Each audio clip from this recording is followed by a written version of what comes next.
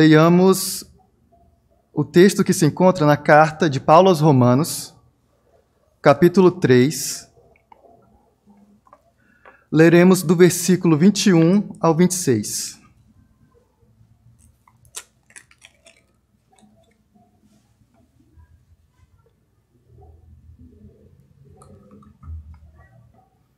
Carta de Paulo aos Romanos, capítulo 3, versículos 21 a 26. Assim diz a palavra do Senhor. Mas agora, sem lei, se manifestou a justiça de Deus, testemunhada pela lei e pelos profetas. Justiça de Deus, mediante a fé em Jesus Cristo, para todos e sobre todos os que creem. Porque não há distinção, pois todos pecaram e carecem da glória de Deus, sendo justificados gratuitamente por sua graça, mediante a redenção que há em Cristo Jesus, a quem Deus propôs no seu sangue como propiciação, mediante a fé, para manifestar a sua justiça, por ter Deus, na sua tolerância, deixado impunes os pecados anteriormente cometidos. Tendo em vista a manifestação da sua justiça no tempo presente, para ele mesmo ser justo e o justificador daquele que tem fé em Jesus. Oremos. Pai amado, Deus Todo-Poderoso, como anteriormente nós já temos orado a Ti, confessando nossos pecados e suplicando e agradecendo pelo perdão, nós estamos aqui diante da exposição da Tua Palavra. E te pedimos, Senhor, tenha misericórdia de nós. Não olhe, Senhor, para a fraqueza daquele que está passando a mensagem e também daqueles que estão ouvindo, mas que o Teu Espírito Santo fale aos nossos corações. Que todos nós, como uma comunidade, como uma família aqui unidos, possamos aprender, Senhor, o que o Senhor tem para nos ensinar. Ensina-nos, Senhor, o caminho que devemos andar. Mostra-nos, Senhor, como devemos viver para que Tu se alegre das nossas vidas e que nós possamos cada vez mais termos essa intimidade, termos esse relacionamento próximo a Ti, Senhor. Em nome de Cristo que nós oramos. Amém. Uma característica bem marcante dos cristãos ao longo de toda a história da igreja é transmitir o evangelho. Uma coisa que até é imprescindível para todo cristão é que ele é capaz de transmitir, de comunicar o evangelho. Isso não significa necessariamente você empurrar uma religião ou enfiar a goela abaixo uma doutrina, querendo que as pessoas aceitem o que nós cremos, o que nós acreditamos. Mas simplesmente transmitir tudo aquilo que temos aprendido, tudo aquilo que temos visto e tudo aquilo que tem impactado em nossas vidas. Paulo aqui, nessa carta, ele está escrevendo a uma igreja que ele não conhece, tanto que no começo do capítulo ele fala que desejou visitar eles várias vezes. E esse capítulo, essa carta de Romanos, muitos consideram como o quinto evangelho, porque ele traça sistematicamente a mensagem do evangelho. E essa mensagem ela é muito importante porque nos faz entender cada vez melhor o que é a mensagem do evangelho. E aí fica uma questão muito importante. Se é característica que todo cristão transmitiu o evangelho, e se nós vamos ser sinceros, muitas vezes nós encontramos empecilhos para transmitir o evangelho. E a pergunta importante é, nós realmente sabemos transmitir o evangelho da maneira que é explicada, que é ensinada dentro das Escrituras? Porque se a gente for fazer uma pesquisa em torno da grande maioria dos evangélicos, muitos vão dizer, não, eu conheço a mensagem do evangelho, é que Jesus morreu por mim. E muitas vezes se resume simplesmente nessa frase, Jesus morreu para salvar você. Mas a gente entende realmente a profundidade, a intensidade dessa afirmação e como isso realmente impacta e transforma nossas vidas. E é por isso que eu separei exatamente esse texto, para a gente estar meditando sobre o impacto dessa mensagem, o que significa a mensagem do Evangelho. Paulo, depois que ele se introduz essa carta, e ele fala que desejava muito conhecer e visitar os romanos, ele fala no capítulo 1, no versículo 16, por que ele deseja propagar o Evangelho. Porque Paulo fala, não me envergonho do Evangelho, porque é o poder de Deus para a salvação de todo aquele que crê. Paulo cria que o evangelho não era simplesmente uma mensagem, uma informação ou algo, uma notícia, uma narrativa a ser transmitida, mas ele cria com grande convicção que era o poder de Deus para a salvação de todo aquele que crê. Por isso que quando a gente olha para a história de Paulo, a gente vê como ele era uma pessoa bem-sucedida. Era uma pessoa culta, era uma pessoa que tinha posses, era uma pessoa de status, era uma pessoa que tinha cidadania romana, que era o maior império da época. E ele abandonou tudo por causa do evangelho para ser perseguido, torturado, para ser açoitado, para ser difamado, para sofrer todas as injúrias. Por quê? Porque ele cria no poder da mensagem do evangelho. E que poder da mensagem do evangelho é essa?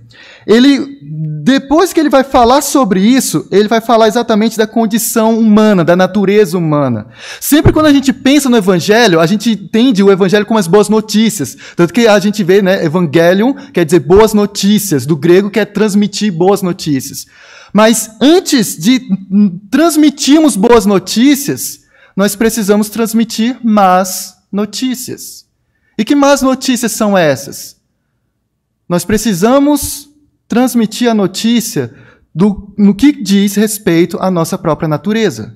Quem nós somos, o que é o homem, o que é a humanidade, quem de fato nós somos.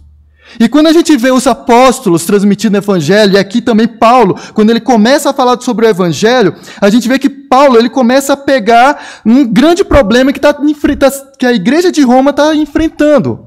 Lembra, Paulo não é apóstolo da igreja de Roma. Ele não conhece eles pessoalmente, mas ainda assim Paulo vai tocar na ferida. E qual é o problema que a igreja de Roma está enfrentando?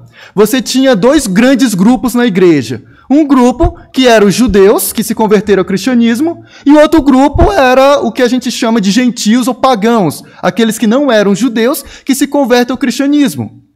E uma coisa que a gente aprende aqui nessa carta na carta aos Romanos é que sempre a gente vai encontrar problemas na igreja. Às vezes a gente pensa que só na nossa igreja que tem problemas, mas em toda a história da humanidade a igreja tem problemas. Por quê? Porque, em primeiro lugar, embora seja a igreja santa, seja a igreja que Deus tem santificado e tem purificado, ainda assim nós temos nossos defeitos, nossas falhas, nossas fraquezas. E qual era o problema que estava ocorrendo aqui em Roma, na igreja de Roma? Um grupo, para variar, se achava melhor e superior ao outro grupo.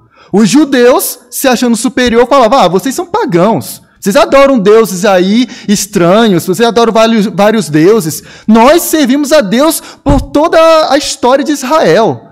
Aí os gentios, para não deixar barato, vocês se acham melhor? E vocês que crucificaram Cristo? Porque não foram o nosso povo, foram vocês. E aí Paulo começa a falar, descrever essa carta, dizendo que nem os gentios, que nem os romanos e nem os judeus, eles são importantes, eles são bons, ou seja, eles são superiores. Mas Paulo começa a falar a verdadeira natureza do ser humano. E aí a gente vê lá no capítulo 3, no versículo 9, que ele diz, depois que ele nivela eles por baixo, tanto os judeus quanto os gentios, todos eles por baixo, ninguém é melhor. E aí ele fala no versículo 9, que se conclui, depois de ele fazer toda essa dissertação, que se conclui? Temos nós qualquer vantagem? Não, de forma nenhuma. Pois já temos demonstrado que todos, tanto judeus como gregos ou gentios, estão debaixo do pecado. Como está escrito, não há justo, nenhum sequer. Não há quem entenda, não há quem busca a Deus. Todos se extraviaram, a uma se fizeram inúteis. Não há quem faça o bem, não há nenhum sequer. A garganta deles é sepulcro aberto, como a língua urde engano. Veneno de víbora está nos seus lábios. Olha que palavras fortes para um pastor dizer para os membros da igreja, na verdade, dizer para toda a humanidade. Isso aqui é a condição do ser humano. Nós não somos pecadores simplesmente porque nós pecamos, mas a nossa natureza é pecaminosa. Nós somos pessoas que somos rebeldes a Deus. Nós não queremos, nós não desejamos a Deus. Tudo que nós desejamos é satisfazer o nosso ego, é satisfazer o desejo do nosso coração. Agora imagina essa mensagem sendo transmitida naquela época. Quem que queria entrar por uma seita, ou por uma doutrina, por uma religião, por uma filosofia, ou por qualquer grupo que você começa transmitindo a mensagem, mostrando, ferindo o ego do ser humano. E a própria passagem, a própria palavra de Deus nos mostra o como nós somos orgulhosos. E isso é verdade, que é tão interessante a gente observar isso, que geralmente se alguém quiser nos agradar, é só apelar para o nosso ego. A gente vai gostar das pessoas que inicialmente digam: nossa, mas você canta muito bem, você tem um talento para isso. Nossa, mas você é inteligente, como você é uma pessoa muito educada. Sempre quando alguém começa elogiando, a gente já fica alegre, né? E a gente já sente a vontade de querer ser amigo dessa pessoa. Mas quem vai querer ser amigo de uma pessoa que já começa se introduzindo, criticando a gente? Chega uma pessoa e fala: olha, você não canta bem não, cara, você é desafinado. Qual é a nossa reação? A nossa reação é dizer: nossa, tá aí, gostei de você, vamos ser melhores amigos? Geralmente a gente não age dessa maneira. E o que as Escrituras nos ensinam? Porque a gente gosta do nosso ego, a gente gosta de crescer, a gente gosta de satisfazer a nossa vontade. E não é à toa também que existem muitas falsas religiões que atraem pessoas, porque não simplesmente transmitem a palavra de Deus, mas transmitem um Deus que foi criado à imagem e semelhança dos homens. Eu quero simplesmente um Deus que me dê dinheiro, eu quero um Deus simplesmente que me dê um casamento, eu quero um Deus que me dê saúde, porque depois que eu obter isso, eu não preciso mais desse Deus. Ele já satisfez os anseios do meu coração. Mas uma coisa que é mais impressionante é: o cristianismo não tinha menor capacidade de ser uma religião que crescesse naquela época. Mas quando a gente olha para a história de Jerusalém, foi para Samaria, foi para Galileia, foi para o norte da África, foi para a Ásia, para o Oriente Médio, foi para a Europa e cresceu de uma maneira que é difícil você tentar entender com uma perspectiva humana por que essa mensagem cresceu e se proliferou tanto neste planeta. A tal ponto que cerca de 2000 anos depois, nós estamos aqui reunidos nesta noite por conta dessa mensagem que foi transmitida no passado. Porque, como Paulo fala, é o poder de Deus. E então ele continua falando: são seus pés velozes para derramar sangue, nos seus caminhos a destruição e miséria, desconhecer o caminho da paz. Não há temor de Deus diante de seus olhos. E aí, no texto de hoje, que nós lemos no começo, essa seria a nossa situação. Nós somos inimigos de Deus, nós não queremos buscar a Deus, nós estamos totalmente distantes de Deus, afastados de Deus ou alienados de Deus.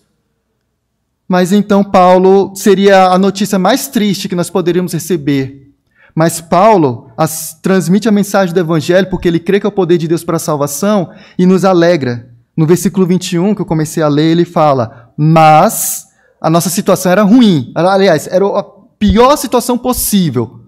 Mas agora, sem lei, se manifestou a justiça de Deus, testemunhada pela lei e pelos profetas. Então, o foco de Paulo aqui, nesse trecho da carta, é que está querendo mostrar que não tem nada que nós, seres humanos, possamos fazer que possamos conquistar o alvo de sermos justos. Porque todos nós temos essa natureza corrompida pelo pecado, todos nós somos maculados pelo pecado, e nós não temos nem sequer a vontade de servir a Deus e nem a capacidade de servir a Deus. A própria palavra fala que o maior das nossas obras de justiça é como trapo de imundície. Ou seja, não vale nada. E às vezes é difícil a gente entender por que a palavra de Deus fala que o maior dos nossos atos de justiça é como trapo de imundície. Uma ilustração que talvez ajude a entender isso pensa em filhos, você tem vários filhos, e esses filhos são rebeldes, desobedientes. Esses filhos não obedecem você, eles não ouvem a tua voz, eles só fazem aquilo que eles querem. E aí, de repente, como no Dia das Mães, eles falam: é Dia das Mães, né? A gente tem que fazer alguma coisa. Pega um papel aí, bota Feliz Dia das Mães e toma, mãe. Tá aí. Agora, como a gente fez algo para você, em troca, você tem que fazer a nossa vontade. Você tem que fazer os nossos caprichos. Seria mais ou menos isso que seria o nosso ato de justiça, entregando para Deus um papel qualquer, feito de qualquer coisa, e dizer que em troca nós merecemos algo de Deus. E aí o ponto de Paulo aqui é que a nossa salvação, ela não vem diante da nossa própria justiça, mas vem diante da justiça de Deus. Por isso que é muito importante a gente entender o que é a justiça de Deus. Lá no final, no versículo 26, ele fala: tendo em vista a manifestação da sua justiça no tempo presente, para ele mesmo ser justo e o justificador daquele que tem fé em Jesus.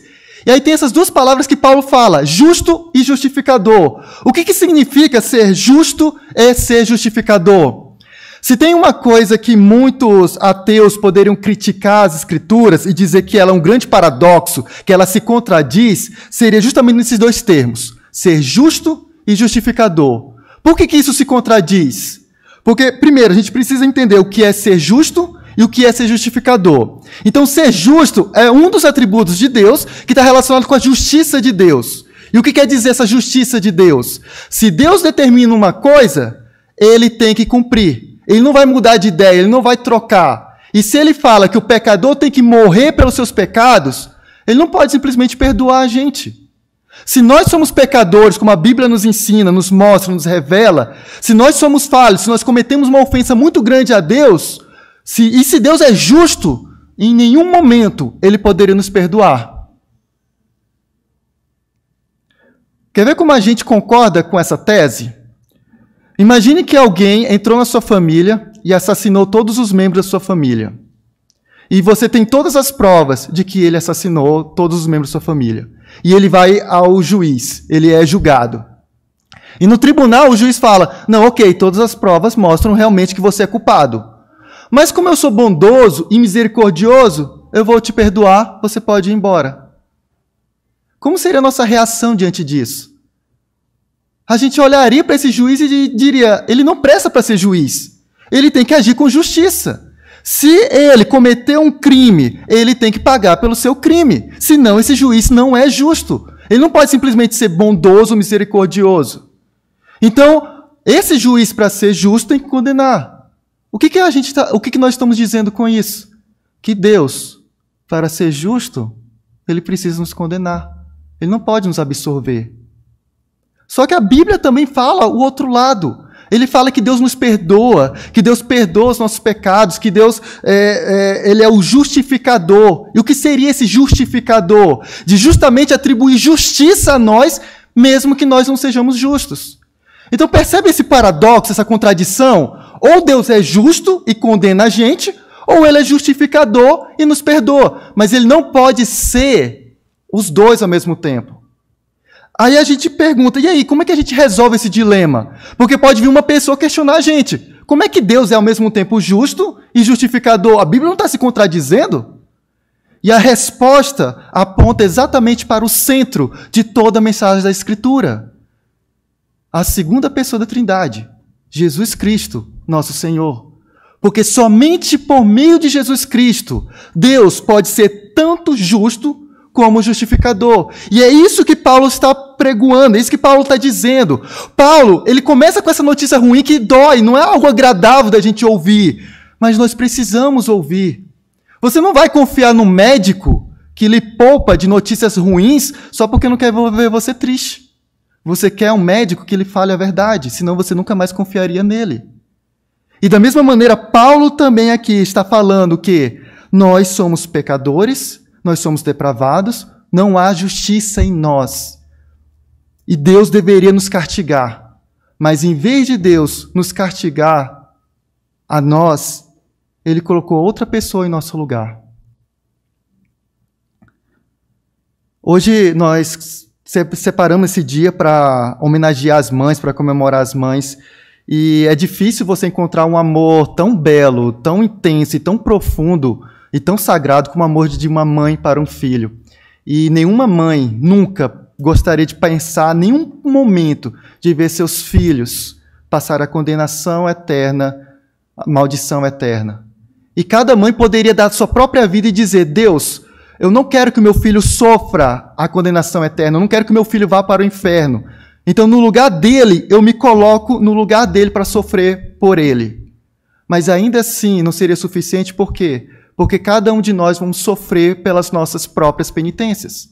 Eu não posso me colocar no lugar de outra pessoa, porque eu tenho meus pecados, eu tenho minhas falhas, eu já vou sofrer pelas minhas próprias consequências do meu pecado. Mas a única pessoa que poderia se colocar diante de nós, interceder por nós, ser essa ponte de salvação, seria uma pessoa perfeita, plena, sem nenhuma falha. E é por isso que todas as nossas reuniões, por isso que todos os nossos estudos, por isso que toda a nossa vida gira em torno da pessoa de Jesus Cristo.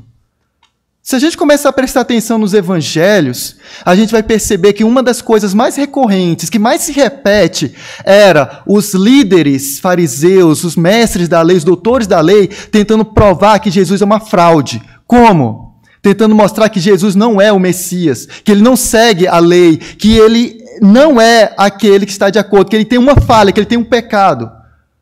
Uma coisa é encontrar falhas em pecados nos cristãos. A gente vê por aí muitas vezes as pessoas criticando os cristãos, os evangélicos, qualquer que seja. É fácil criticar cada um de nós. Você pode passar... Você não precisa nem de uma semana convivendo comigo para já saber meus defeitos e sabendo as minhas falhas. Mas outra coisa é você apontar uma falha, um defeito sequer, na pessoa de Jesus Cristo. E é por isso que nós nos reunimos aqui não em prol de um homem ou de uma pessoa qualquer, mas... nós nos reunimos aqui no nome de Jesus Cristo. E a gente vê nos evangelhos doutores da lei, pessoas inteligentes, juristas, legalistas, em todo o tempo tentando encontrar uma falha sequer. Em nenhum momento eles encontraram, porque ele é varão perfeito, porque ele é uma pessoa que não tem nenhum defeito e nenhuma falha. E justamente e somente ele que poderia se colocar diante de nós para sofrer a ira do Pai. E a gente precisa realmente valorizar e dar importância a isso. Muitas vezes a gente pensa que o sacrifício de Jesus foi somente sofrer o prego, os açoites no madeiro. O sofrimento de Cristo vai muito mais além disso. E talvez a melhor maneira de a gente entender esse sofrimento está em Isaías. Se vocês puderem me acompanhar. Isaías, capítulo 53.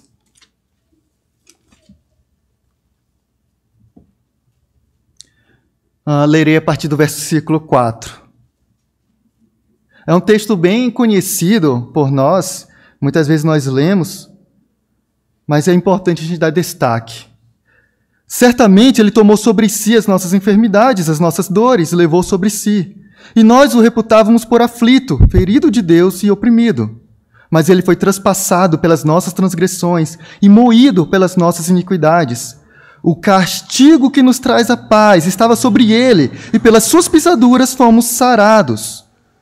Todos nós andávamos desgarrados como ovelhas, cada um se desviava pelo caminho, mas o Senhor fez cair sobre ele a iniquidade de todos nós. A iniquidade de todos nós foi derramada sobre ele. No versículo 10 diz: todavia ao Senhor agradou moê-lo, fazendo-o enfermar. Quando der ele a sua alma como oferta pelo pecado, verá a sua posteridade e prolongará os seus dias, e a vontade do Senhor prosperará nas suas mãos.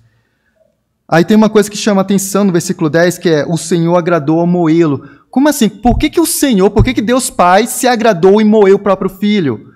Porque ao moer o próprio Filho, a justiça de Deus foi feita. Porque precisa ser pago. Como eu falei, Deus é justo, ele não pode simplesmente perdoar. Justiça precisa ser feita. Precisa ser paga essa pena. E quando Cristo sofreu por nós e ele pagou essa pena, Deus continua sendo justo. Só que agora, como Cristo sofreu no nosso lugar, ele se torna nosso Senhor sobre nós. Ele se torna nosso dono. Ele tem autoridade sobre nós. E ele poderia simplesmente fazer o que quisesse. Mas o que ele faz? Ele nos justifica. A justiça dele, ele atribui a nós. E por isso que Paulo, de novo, enfatiza isso, que nós somos salvos, não pela justiça, somos salvos no versículo 21, mas agora sem lei. O que quer dizer sem lei? Não é porque a gente vai cumprir um decreto, uma lei, que nós somos salvos, mas se manifestou a justiça de Deus. O sacrifício de Cristo, ter se colocado em nosso lugar como pecador, porque o próprio Isaías fala, maldito aquele que for no madeiro. Embora ele nunca tenha pecado, nunca, mas ele sofreu a condenação que estava destinada a nós. E é justamente por isso que nós somos salvos. E é justamente por isso que agora, antes, Paulo fala que nós éramos inimigos de Deus, mas agora nós somos filhos de Deus. Nós podemos nos achegar ao Pai, adorar a Ele e louvar a Ele, porque o Filho dele nos permitiu. E é por isso também que o cristianismo é a única salvação. Cristo fala, eu sou o caminho, a verdade e a vida. Porque nenhum outro ser humano que pisou neste planeta poderia ter feito o que Jesus fez. E é por isso que toda a nossa vida está destinada a louvar e a glorificar a Cristo Jesus. E aí Paulo, então, ele continua no verso 22, ele fala, justiça de Deus mediante a fé em Jesus Cristo, para todos e sobre todos os que creem, porque não há distinção. E aí Romanos 3,23, que é muito conhecido de nós, pois todos pecaram e carecem da glória de Deus. Nós somos carentes da glória de Deus. Quando a gente vai olhar a história da humanidade, por que a gente tem tantos problemas? Por que nós temos tantos conflitos? Por que nós sofremos tanto com doenças, com a pandemia? Por que nós brigamos tanto entre nós? Nós todos somos descendentes de Adão e Eva. Todos nós deveríamos ser uma comunidade, uma sociedade unidas. Mas nós temos conflitos, brigas que já começou desde Caim e Abel, assassinato, por conta da nossa natureza pecaminosa. E se a gente não entende o quão pecador, o quão depravado nós somos, nunca vamos entender a preciosidade, a grandeza do sacrifício e da ressurreição de Cristo Jesus, nosso Senhor. Como eu falei, nós temos nossas falhas, sim, nossas fraquezas, mas quando nós temos essas fraquezas, quando essas fraquezas são manifestas, qual seria a nossa atitude? Muitas religiões vão dizer o seguinte, faça isso, faça aquilo, repita isso, como se a gente pudesse repetir isso. Você pode pegar a Bíblia e dizer, olha, vai lá e vive de acordo com o que está escrito aqui. Nenhum ser humano é capaz de fazer isso, de seguir estritamente o que está escrito. Mas a nossa reação é, em primeiro lugar, dobrar nossos joelhos, chorar a Deus e dizer, Senhor, me faça compreender realmente a minha verdadeira natureza. Porque quando a gente vê, quando Cristo se relacionava com várias pessoas, a gente vê que ele se relacionou com prostitutas, que ele se relacionou com ladrões, com pessoas corruptas, mas todas aquelas pessoas foram transformadas. Mas os religiosos, aqueles que se achavam melhores do que os outros, superiores aos outros, Cristo os criticava. Quando nós nos humilhamos, quando nos prostramos diante de Deus, quando clamamos a Ele, Senhor, revela o que há de podre em mim, revela o que há, aquilo que entristece o Espírito Santo, que provoca a tua ira, e purifica-me, e limpa-me. Nós vemos o Salmo 51, quando Davi, que comete adultério e depois arquiteta o assassinato do marido da pessoa, da mulher Batseba, ele escreve um salmo, lamentando, chorando. Muitas vezes a gente não sabe, só pela escrita a gente não sabe qual o sentimento dele, mas dá para perceber que ele estava profundamente arrependido. E ele não fala, o pecado que eu cometi contra Urias e Batseba, mas o pecado que eu cometi contra ti, Deus. Porque todo pecado que você comete, você não está cometendo contra o seu colega de trabalho, de curso, o seu familiar, mas você está cometendo contra Deus. E quando nós nos humilhamos e confessamos nossos pecados e abrimos nossos corações diante de Deus, e não simplesmente dizendo, Senhor, perdoa pelos nossos pecados. Não. Que possamos pedir a Deus, Senhor, dê convicção dos meus pecados, para que o Senhor então possa purificar-me. Porque então a gente será limpo e purificado, porque Deus não despreza ninguém. Aí a gente consegue entender a graça, a maravilhosidade das notícias do Evangelho.